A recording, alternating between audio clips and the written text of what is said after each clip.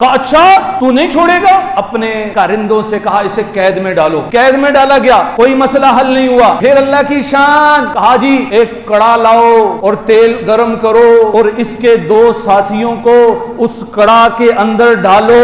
हजरत अब्दुल्ला बिन हुजैफा देख रहे हैं और सामने दो साथियों को कड़ा के अंदर डाला गया। तो हजरत अब्दुल्ला बिन हुजैफा रजी अल्लाह ताला की आंखों से आंसू टपकने लगे। तो वो कारिंदे पकड़ के ले गए। कहा लगता है डर गया और बादशाह के पास गए। बादशाह सलामत, ये देखो रो रहा है, लगता है अब तेरी बात मान लेगा। तो बादशाह ने कहा अब्दुल्ला मैं तो पहले भी कहता था मेरा हो जा, इतना कुछ जरूर करवाना था।